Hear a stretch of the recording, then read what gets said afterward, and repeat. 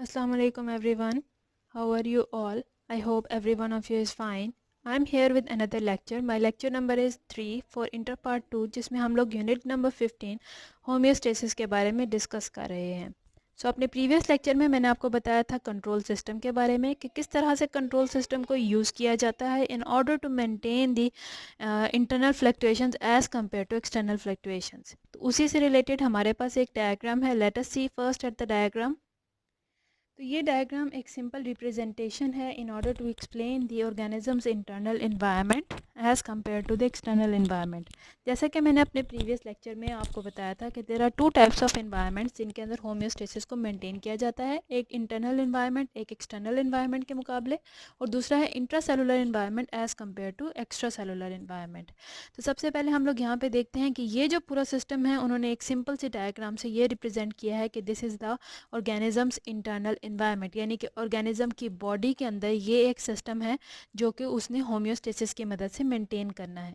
तो अब आप देखते हैं कि यहाँ पे एक्सटर्नल एनवायरनमेंट है, this is the external environment. ये एक बहुत सिंपल सी रिप्रेजेंटेशन है in order to explain the homeostasis in external environment and internal environment, और इसी तरह से इंट्रा सेलुलर और एक्स्ट्रा सेलुलर एनवायरनमेंट में। तो सबसे पहले हम लोग देखते हैं ऑर्गेनिज्म के इंटरनल एनवायरनमेंट में किस तरह से चेंजेस आएंगी जब एक्सटर्नल एनवायरनमेंट में फ्लक्चुएशंस होती हैं वाइड रेंज में।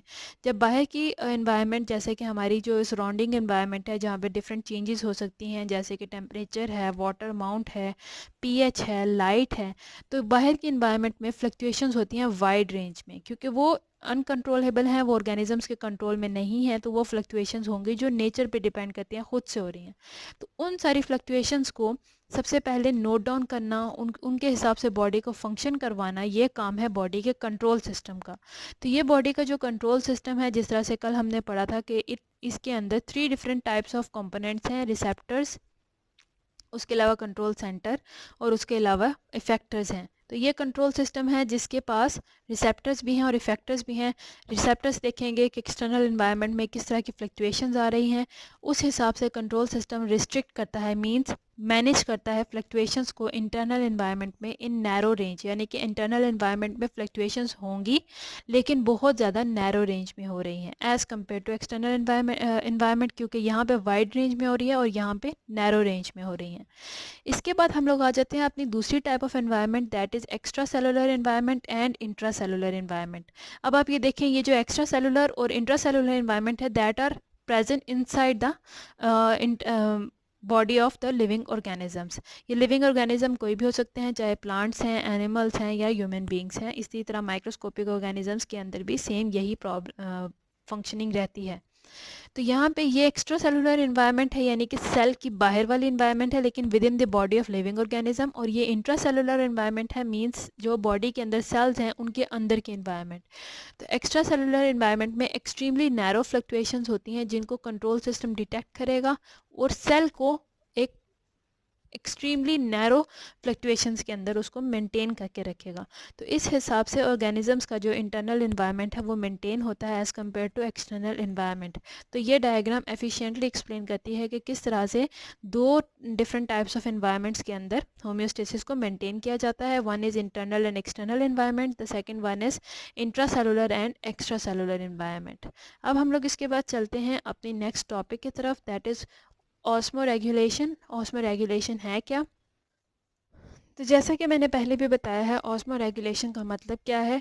बॉडी के अंदर जब चेंजेस हो रही हैं एक्सटर्नल एनवायरनमेंट में, तो बॉडी के अंदर किस तरह से रेगुलेट किया जाएगा वाटर और सोल्यूट्स की मिकदार को, उसको हम लोग स्टडी करेंगे ऑस्मो रेगुलेशन में। क्योंकि ऑस्मो रेगुलेशन एक ऐसा सिस्टम है जो कि कंट्रोल करेगा या फिर मैनेज करेगा within a narrow range amount of water and solutes in the body as compare to the fluctuations that are going on outside the body.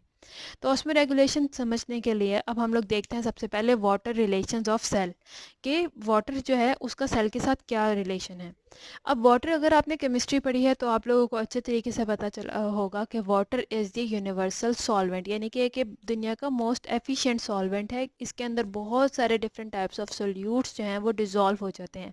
अब वाटर इसीलिए इतनी इसी प्रॉपर्टी की वजह से ऑर्गेनिजम्स के अंदर वाटर बहुत ज़्यादा इंपॉर्टेंस रखता है, क्योंकि हमारे अंदर जितने different types of chemical reactions हो रहे हैं, जहाँ जहाँ पे एंजाइम्स वर्क कर रहे हैं, जहाँ पे हार्मोन्स वर्क कर रहे हैं, वहाँ पे वाटर का होना बहुत ज़्यादा ज़रूरी है। क्योंकि ये जो सारे हार्मोन्स हैं, जो डिफरेंट एंजाइम्स हैं, जो डिफरेंट केमिकल रिएक्शंस हैं, वो सब के सब वाटर के अंदर डिज़ोल्व होते हैं, उसके अंदर सोल्यूबल होते हैं। और वाटर के अंदर, वाटर एक्वेटिक एनवायरनमेंट यानी वाटर के अंदर ही उन्होंने अपना रिएक्शन कंप्लीट करना होता है, अपना एक्शन कंप्लीट करना होता है। अगर बॉडी के अंदर वाटर नहीं है, वाटर मिसिंग है, तो ये सारे प्रोसेसेस नहीं होंगे। अगर बॉडी डिहाइड्रेट है तो ये सारे प्रोसेसेस के ऊपर अफेक्ट होगा, जिसकी वजह से डेडली कॉन्सिक्वेंसेस हो सकते हैं। तो वाटर जो है, हम ये कहेंगे it is the solute, it is the solvent of the all the solutes in the cell. कि सेल के अंदर भी मुख्तलिफ सोल्यूट्स हैं, सेल के अंदर भी मुख्तलिफ different types of reactions carry out हो रहे हैं, different types of enzymes present हैं, different types of hormones present हैं सेल्स के अंदर। वो सारे सोल्यूट के तौर पर प्रेजेंट होंगे, क्योंकि एज़ कम्पेयर टू वाटर उनकी अमाउंट कम होती है। तो that is why they will act as a solute, और वाटर हमारा एक्ट करेगा as a solvent within our body, within the cells. तो हर सेल के पास एक अडेप्टेशन है, हर सेल अडॉप्ट है इस चीज़ से कि उसके अंदर एक डिफाइंड क्वांटिटी यानी कि एक फिक्स्ड क्वांटिटी प्रेजेंट हो वाटर की in relation to salts in it to perform its function. यानी कि जिस तरह के भी सॉल्ट्स हैं जो कि प्रेजेंट हैं सेल के अंदर, जिस तरह के भी हार्मोन्स हैं जो प्रेजेंट हैं सेल के अंदर, तो उस हिसाब से वाटर की अमाउंट ज़्यादा होनी चाहिए, तभी ये सॉल्वेंट के तौर पे काम करेगा। और सेल्स के अंदर ये अडेप्टेशंस है, यानी सेल्स ने अपने आप को बॉडी के अंदर इस तरह से अडॉप्ट किया हुआ है कि ये कुछ अमाउंट ऑफ वाटर को अपने अंदर मेंटेन रख सकें in order to function properly. तो होम्योस्टेसिस क्या है? ये वो मैकेनिज्म है जो जनरली इस कॉन्सेंट्रेशन को मेंटेन रखेगा। वाटर का हमारे अंदर होने का मतलब क्या है? वाटर का हमारी बॉडी के सेल्स के अंदर होना, जहाँ पे ये सॉल्वेंट के तौर पे एक्ट करेगा और इसके अंदर मुख्तलिफ सोल्यूट्स जो हैं डिज़ोल्व होंगे और अपना वर्क पूरा करेंगे, पूरा रिएक्शन कंप्लीट होगा, एंजाइम अपना एक्शन करेंगे, हार्मोन्स अपना एक्शन करेंगे। तो वाटर का सेल के साथ रिलेशन क्या है? बहुत इंपॉर्टेंट रिलेशन है, क्योंकि सेल्स के सॉल्ट्स के लिए, सेल्स के डिफरेंट कंपोनेंट्स के लिए वाटर एक सॉल्वेंट के तौर पे एक्ट करता है। इसीलिए सेल्स के अंदर वाटर एक प्रॉपर अमाउंट में डिफाइन होना ज़रूरी है, वाटर एक प्रॉपर अमाउंट में उसकी क्वांटिटी का होना बहुत ज़्यादा ज़रूरी है।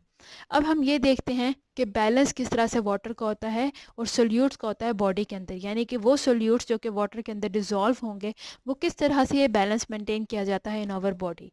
तो हम लोग यहाँ पे बात करेंगे इंट्रा सेलुलर और एक्स्ट्रा सेलुलर एनवायरनमेंट की, यानी कि वो एनवायरनमेंट जो सेल के इनसाइड और सेल के आउटसाइड होगी। यहाँ पे अभी हम लोग बॉडी को स्किप करते हैं, सबसे पहले सेल्स के रिलेशन के साथ हम लोग वाटर को देखेंगे।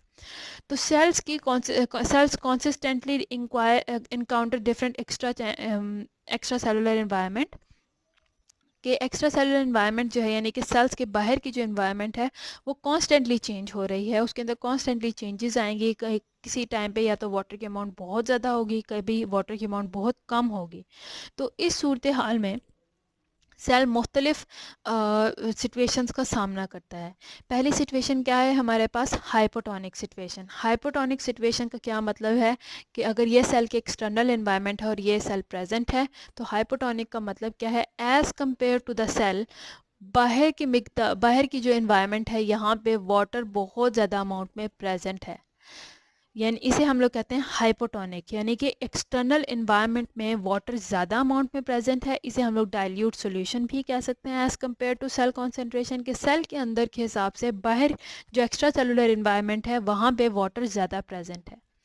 दूसरी सिचुएशन क्या है? Hypertonic situation. हाइपरटोनिक का मतलब क्या है कि as compare to the cell, जो एक्स्ट्रा सेलुलर एनवायरनमेंट है वहाँ पे वाटर की मिकदार कम है, यानी कि बाहर की तरफ सॉल्ट्स और सोल्यूट्स की मिकदार ज़्यादा है एज़ कम्पेयर टू वाटर, और वाटर सेल के अंदर ज़्यादा प्रेजेंट है एज़ कम्पेयर टू आउटसाइड। और तीसरी सूरत हाल क्या है जो कि सेल्स को फेस करनी पड़ती है? That is isotonic. Iso means same.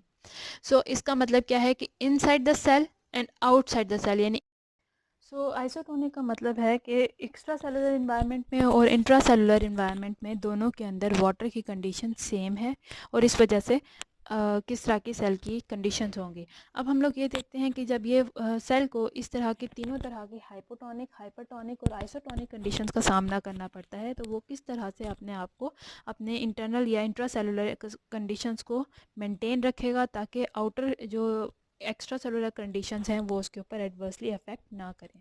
So let us see in the first condition that is hypotonic. Hypotonic का मतलब क्या है कि आउटसाइड द सेल वाटर की मिकदार ज़्यादा है, वाटर की कॉन्सेंट्रेशन ज़्यादा है as compare to inside of the cell. अब हमें ये पता है कि वाटर की टेंडेंसी क्या है कि water always moves from high concentration to low concentration. चाहे जिस मर्जी कंडीशन में आप देख लें, वाटर हमेशा हायर कॉन्सेंट्रेशन से लोअर कॉन्सेंट्रेशन की तरफ मूव करेगा। अब अगर हम लोग बात करते हैं हाइपोटोनिक इन्वायरमेंट की, तो हाइपोटोनिक इन्वायरमेंट के अंदर if this is the environment of a cell, ये सेल है, this is the extra cellular environment, this is the intra cellular environment. जब हाइपोटोनिक कंडीशन होगी तो बाहर वाटर की मिकदार ज़्यादा होगी as compare to inside of the cell. तो यहाँ पे भी वाटर अपना वही रूल फॉलो करेगा कि it will move from higher concentration to lower concentration. It means, इसका मतलब क्या हुआ कि it will move from outside to the inside of the cell. Extra cellular environment से इंट्रा सेलुलर इन्वायरमेंट में वाटर जाना शुरू हो जाएगा। अब जब ज़्यादा से ज़्यादा वाटर सेल के अंदर एंटर होना शुरू हो जाए, जिसकी वजह से क्या होगा, सेल का पूरा सोल्यूशन डाइल्यूट हो जाएगा। मीन्स के as compare to the concentration of salts and solutes, यहाँ पे वाटर की मिकदार बहुत ज़्यादा हो जाएगी। Cell becomes turgid. टर्जिड का मतलब है स्वॉलन अप हो जाएगा because of more and more entry of the water, जिसकी वजह से वो अपने फंक्शन को लूज़ कर देगा और it may this whole condition में हार्म द सेल। ये हो गई फर्स्ट कंडीशन जब हाइपोटोनिक है, यानी कि water, all the water will move inside of the cell. अब अगर हम लोग देखते हैं सेकंड कंडीशन को, that is hypertonic condition. Hypertonic condition इसका रिवर्स है। हाइपरटोनिक में क्या है कि इंटरनल इन्वायरमेंट में वाटर की कॉन्सेंट्रेशन ज़्यादा होगी और बाहर वाली जो इन्वायरमेंट है, एक्स्ट्रा सेलुलर इन्वायरमेंट, वहाँ पे सॉल्ट की कॉन्सेंट्रेशन ज़्यादा है। वहाँ पे सॉल्ट की कॉन्सेंट्रेशन ज़्यादा होने का मतलब क्या है, वहाँ पे वाटर की कॉन्सेंट्रेशन, वाटर का लेवल कम होगा। तो इस सूरत हाल में भी वाटर इसी टेंडेंसी को फॉलो करेगा कि it will move from high concentration to low concentration. अब सेल के अंदर होगा high concentration of water as compare to the extra cellular environment, तो यहाँ पे क्या होगा, water tends to move out, water cell के अंदर से निकल के बाहर की तरफ जाना शुरू कर देगा, जिसकी वजह से cell will shrink up. Shrink means सिकुड़ जाएगा, बिकॉज उसके अंदर से वाटर जो है it has moved out, it has the cell has lost the water. it will also damage the functioning of the cell. जो थर्ड कंडीशन है that is isotonic condition, जिसका मतलब है इंट्रासेलुलर इन्वायरमेंट और एक्स्ट्रा सेलुलर इन्वायरमेंट दोनों के अंदर water की कॉन्सेंट्रेशन सेम रहेगी। तो इस सूरत में वाटर ना ही अंदर की तरफ मूव करेगा और ना ही बाहर की तरफ मूव करेगा, एंड यहाँ पे सेल की जो वर्किंग है वो अफेक्ट नहीं होती। अब यहीं पे आती है होम्योस्टेसिस, या इसी पे को हम लोग कहते हैं ऑस्मो रेगुलेशन, कि सेल्स के अंदर एक ऐसा सिस्टम है कि वो इन सब चीज़ों को मेंटेन करे कि हाइपोटोनिक कंडीशन हो तो सारा का सारा वाटर सेल के अंदर ना एंटर हो जाए, हाइपरटोनिक कंडीशन है तो सारा का सारा वाटर सेल से लूज़ ना हो जाए, सेल से बाहर ना निकल आए। अदरवाइज दोनों कंडीशन में सेल के लिए डेंजरस होगा, सेल अपनी फंक्शनिंग लूज़ कर देगा, सेल डैमेज हो जाएगा। सो ऑस्मो रेगुलेशन का मकसद ही ये है कि किस तरह से डिफरेंट ऑर्गेनिज्म, चाहे वो प्लांट्स हैं, चाहे वो एनिमल्स हैं, चाहे वो माइक्रोस्कोपिक ऑर्गेनिजम्स हैं, उन सब के अंदर वाटर की कॉन्सेंट्रेशन को ऐसे मेंटेन किया जाए कि सेल की फंक्शनिंग के ऊपर कुछ भी डैमेज या कुछ भी अफेक्ट ना हो। So I will explain you all of this with the help of a diagram. So इस फिगर में आप लोग देख सकते हैं, this figure is taken from your book, figure number 15.2। The first condition is hypotonic condition. Hypotonic condition का क्या मतलब है कि outside in this extra cellular environment, यहाँ पे वाटर की कॉन्सेंट्रेशन ज़्यादा है as compare to inside, so water will start to move inside of the cell, water अंदर की तरफ जाना शुरू हो जाएगा, जिसकी वजह से सेल पूरा स्वॉलन अप हो चुका है, इसे हम लोग कहते हैं टर्जिड सेल, और ये उसके फंक्शनिंग के लिए हार्मफुल है। सेल जो है अपना फंक्शन लूज़ कर देगा और यहाँ पे ये प्रॉपरली वर्क नहीं कर सकता। सेकेंड कंडीशन है हमारे पास आइसोटोनिक, आइसो मीन्स सेम, तो यहाँ पे वाटर की इंटरनल एनवायरनमेंट और वाटर की सेल की इंट्रासेलुलर एनवायरनमेंट और एक्स्ट्रा सेलुलर एनवायरनमेंट दोनों में वाटर की कॉन्सेंट्रेशन सेम रहेगी, जिसकी वजह से ना ही वाटर बल्क अमाउंट में इनसाइड द सेल मूव करेगा ना ही आउटसाइड द सेल मूव करेगा। और यहाँ पे हमारे पास जो सेल है वो नॉर्मल है। तो नॉर्मली तमाम ऑर्गेनिजम्स के अंदर इस तरह से एनवायरनमेंट को मेंटेन करना है कि सेल हमारा नॉर्मल रहे और अपनी नॉर्मल फंक्शनिंग को बरकरार रख सके। थर्ड हमारे पास कंडीशन है हाइपरटोनिक कंडीशन। हाइपरटोनिक का मतलब है आउटसाइड द सेल सॉल्ट्स की कॉन्सेंट्रेशन ज़्यादा होगी और वाटर की कॉन्सेंट्रेशन कम होगी as compare to the inside of cell, जहाँ पे वाटर की कॉन्सेंट्रेशन ज़्यादा होगी और सॉल्ट्स की कॉन्सेंट्रेशन कम होगी।